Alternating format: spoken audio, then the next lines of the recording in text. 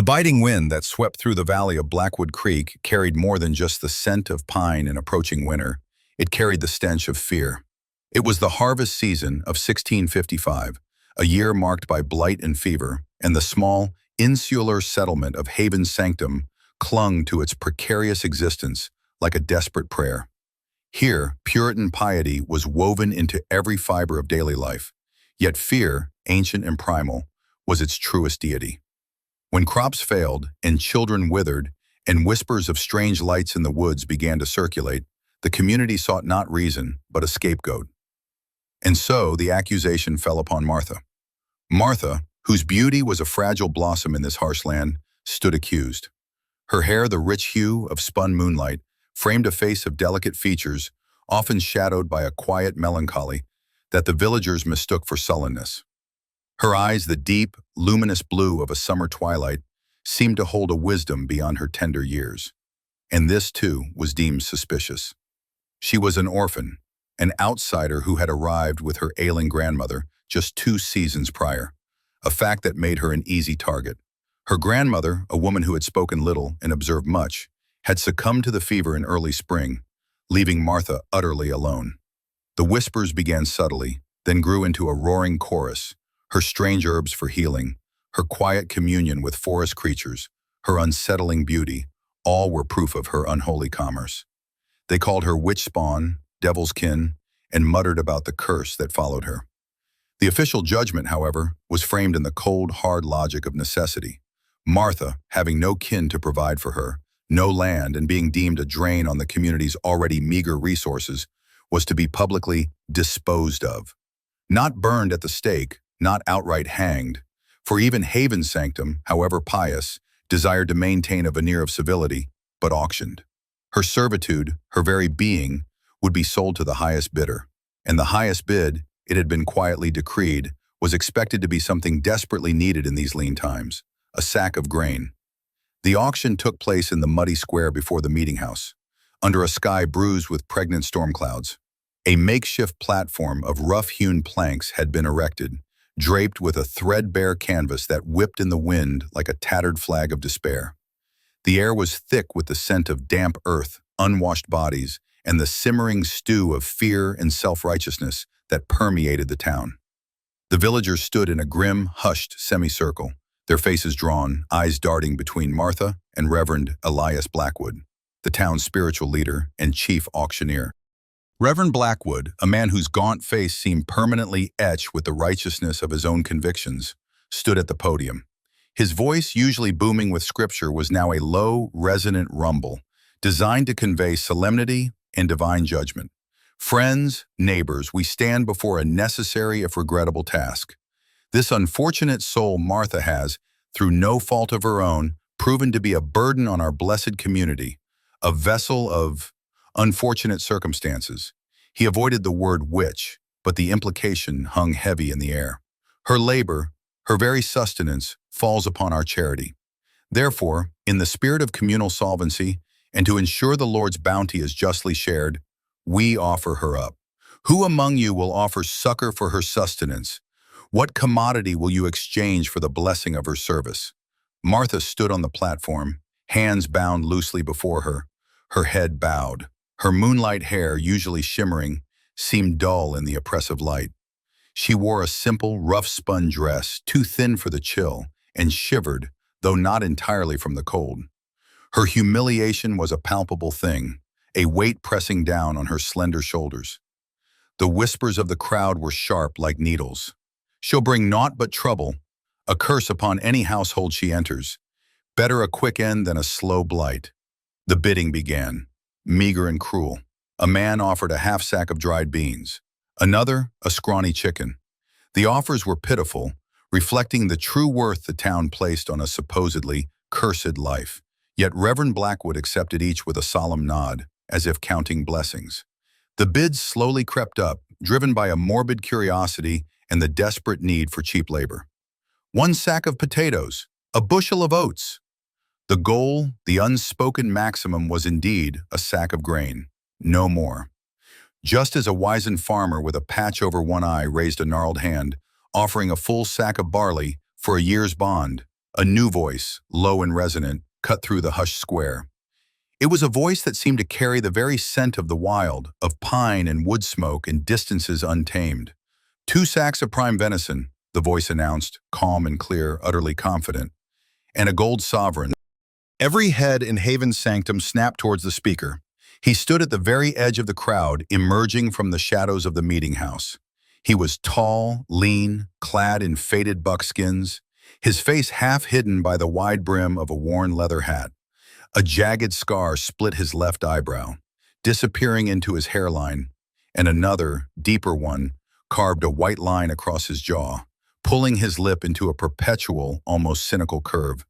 His eyes, the color of storm-churned gray, missed nothing and seemed to hold a vast, ancient knowledge of the land itself.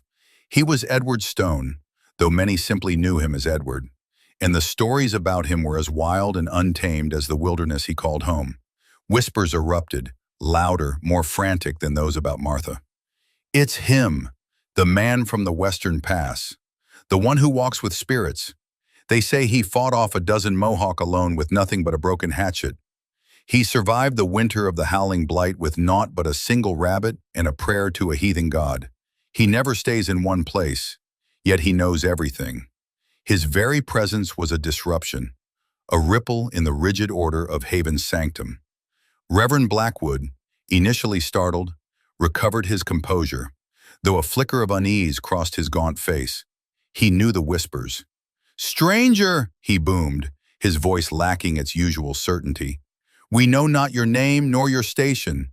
This is a solemn matter of communal stewardship, and the commodity is grain, not pagan gold or ill-gotten game." Edward slowly pushed through the crowd, parting them with his silent presence. He stopped directly before the platform, looking up at Martha, whose blue eyes, filled with a sudden, impossible hope, met his. Then, his gaze, as sharp as a newly honed blade, settled on Reverend Blackwood. He pushed his hat back just enough to reveal the full extent of his scarred face, the cynical curve of his lip deepening. "Edward Stone, at your service, Reverend." Edward's voice was low, resonant, and laced with a biting calm that belied the generosity of his offer. "And as for my station, I believe it's called a man with a working moral compass, a device I fear your settlement seems to have mislaid somewhere between its piety and its greed. Pagan gold, you say? Last I checked, gold was gold, no matter whose pouch it came from. And venison? Tasted mighty fine a few days ago when I was pulling it from the forest your god so generously provided, unless your god has a preference for barley, and lets perfectly good venison go to waste." Blackwood spluttered, his face reddening. "This is an unseemly interruption. Your offer is inappropriate. This woman is burdened by ill omens. No amount of earthly riches can cleanse her spirit." Edward didn't flinch. He slowly unslung his rifle, the oiled wood gleaming. He was outnumbered, perhaps 20-1, but his calm radiated an unnerving confidence. His scarred lip pulled into that cynical curve, but his eyes held no humor, only a cold, unflinching resolve. Now, gentlemen," Edward said, his voice low, deceptively gentle, yet carrying an undeniable authority that seemed to part the air around him. "Are we quite certain we want to get messy before dinner? I assure you, a well-placed musket ball can ruin a perfectly good pair of breeches, not to mention a promising career in mob violence." He didn't aim, he simply held his rifle, its presence alone a chilling promise. Major Finch, remembering Edward's threat to his foot earlier, hesitated, a flicker of fear in his eyes. Reverend Blackwood, however, fueled by outrage, pushed past Finch. "He threatens us. He is a sorcerer, a devil worshipper. There are stories. He vanishes without a trace. He walks through solid stone. He cannot be harmed by mortal steel." Edward let out a short, sharp laugh, utterly devoid of mirth. "Oh, the stories, always the stories. People love a good story, don't they, Reverend? Especially when they're too lazy to check the facts. Vanishes without a trace? That'd be called walking quietly through the woods. Walks through solid stone? That'd be called knowing where the hidden caves are. And cannot be harmed by mortal steel? Well, now that one's just plain rude to a man's honest scars. All this." Edward gestured to his face, is proof I'm quite capable of being harmed, just not by fools. As the mob surged, Edward moved. Not with brute force, but with an almost impossible fluidity. He didn't fight them head-on. He seemed to melt into the shadows, to appear where they least expected. A militiaman charged, bayonet thrusting forward. Edward merely sidestepped, a blur of buckskin, and the soldier, off balance, tripped over his own feet, sprawling face first into the mud, his musket clattering away. Another lunged, axe raised. Edward ducked, and the axe, instead of hitting him, embedded itself squarely in the meeting house door, with a resounding thwack splintering the wood. Humor, sharp and unexpected, cut through the tension.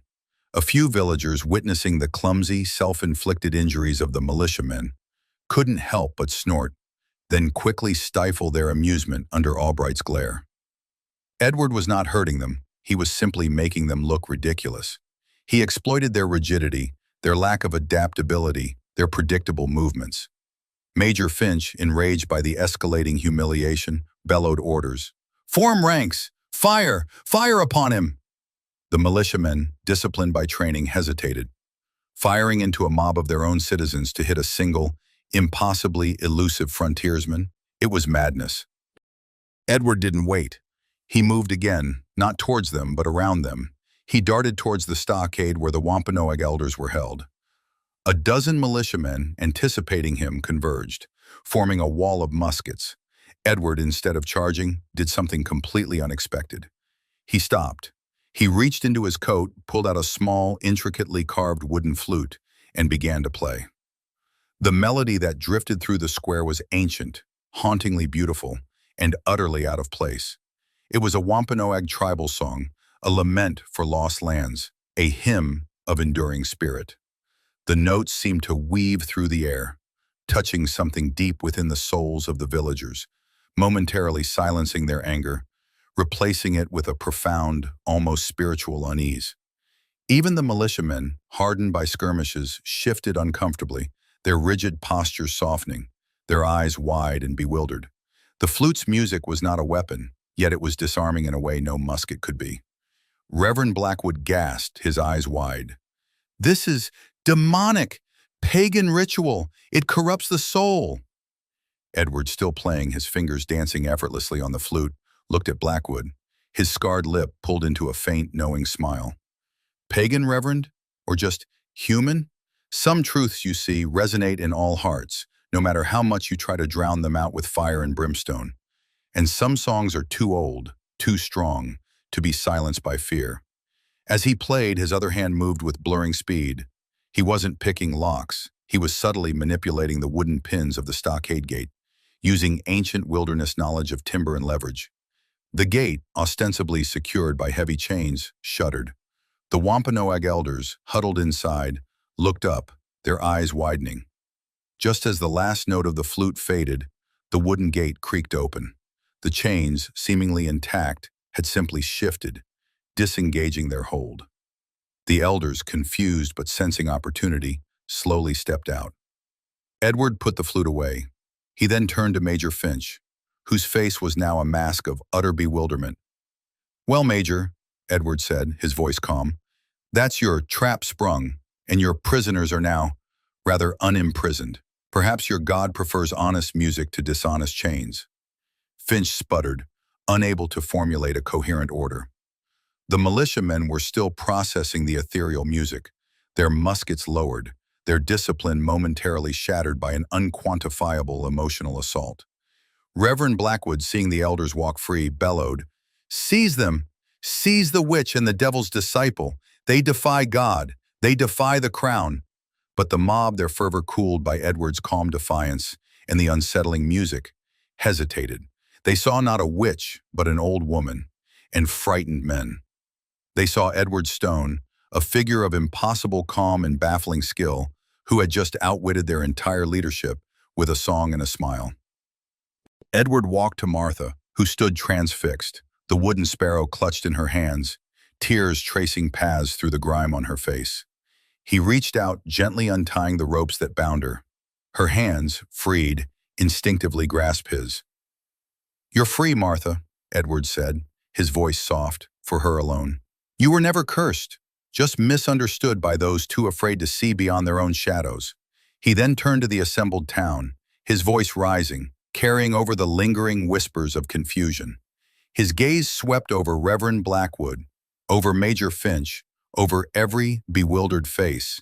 You called her cursed, Edward proclaimed, his voice low but resonating with the quiet power of the wilderness itself. You auctioned her for a sack of grain, like a piece of livestock, while claiming righteousness. You bound her with ropes and fear. You thought her weak, but she carries a spirit stronger than any iron you forge, and a beauty that shame cannot dim. He then did the final, most unexpected thing. He took Martha's trembling hand in his scarred, callous one. His gray eyes, usually so cynical, softened, holding hers with an unwavering, tender resolve. And then, he said the words that silenced the entire town, that broke the very concept of her curse, with the simple, profound weight of human decency. My name is Edward Stone, and from this day forward, he looked at Martha, a clear, beautiful affirmation in his gaze. She carries my name, Martha Stone. By my witness before God in this land, she is free, and anyone who says otherwise, anyone who raises a hand or a tongue against her, will answer to me. A collective gasp swept through the square. He hadn't just bought her, he had claimed her. He had given her dignity, a name, a place of belonging, shattering the shackles of their judgment. Reverend Blackwood's mouth opened, but no sound came out. Major Finch's sword clattered to the ground, forgotten. The entire town was frozen, staring at this scarred man who had just dismantled their entire worldview with a musket, a flute, and an act of profound, startling kindness. Edward pulled Martha gently to his side, her hand clutching his, the wooden sparrow still nestled in her palm. He looked at the stunned, silenced villagers, a hint of his cynical smirk returning to his lips. Now, if you'll excuse us, he said, his voice light, almost conversational. We've got a long walk ahead of us, and I suspect the forest has fewer emotional outbreaks than this delightful settlement. He led Martha away from the meeting house towards his horse. No one moved to stop them. The militiamen remained frozen, their muskets lowered, their minds still grappling with the impossible logic of what they had witnessed. Reverend Blackwood stood, paralyzed, his sermons about righteous fury echoing hollowly in his own ears. Major Finch stared at his discarded sword, a symbol of his shattered authority. Edward helped Martha onto his horse, then swung himself up behind her, his rifle now slung securely across his back. He didn't look back. He simply rode west, towards the vast, untamed wilderness from which he had come. The last rays of sun painting their retreating figures in hues of defiant gold. The whispers would follow them, of course, of Edward Stone, the mysterious frontiersman who vanished like smoke and outwitted soldiers with a song, and of Martha Stone, the woman once called cursed, who found her freedom not in a legal document, but in the unwavering moral courage of a scarred cowboy who gave her his name. The incident at Salem's Respite would become another wild story, told around campfires and in hushed tones, a testament to the unquantifiable spirit of a few brave souls who dared to defy the rigid order of fear and whose actions chilled a town to its very core, not with terror, but with the profound, unsettling realization of their own profound error. The curse, it turned out, was not on Martha, but on the small, fearful hearts of those who called her so.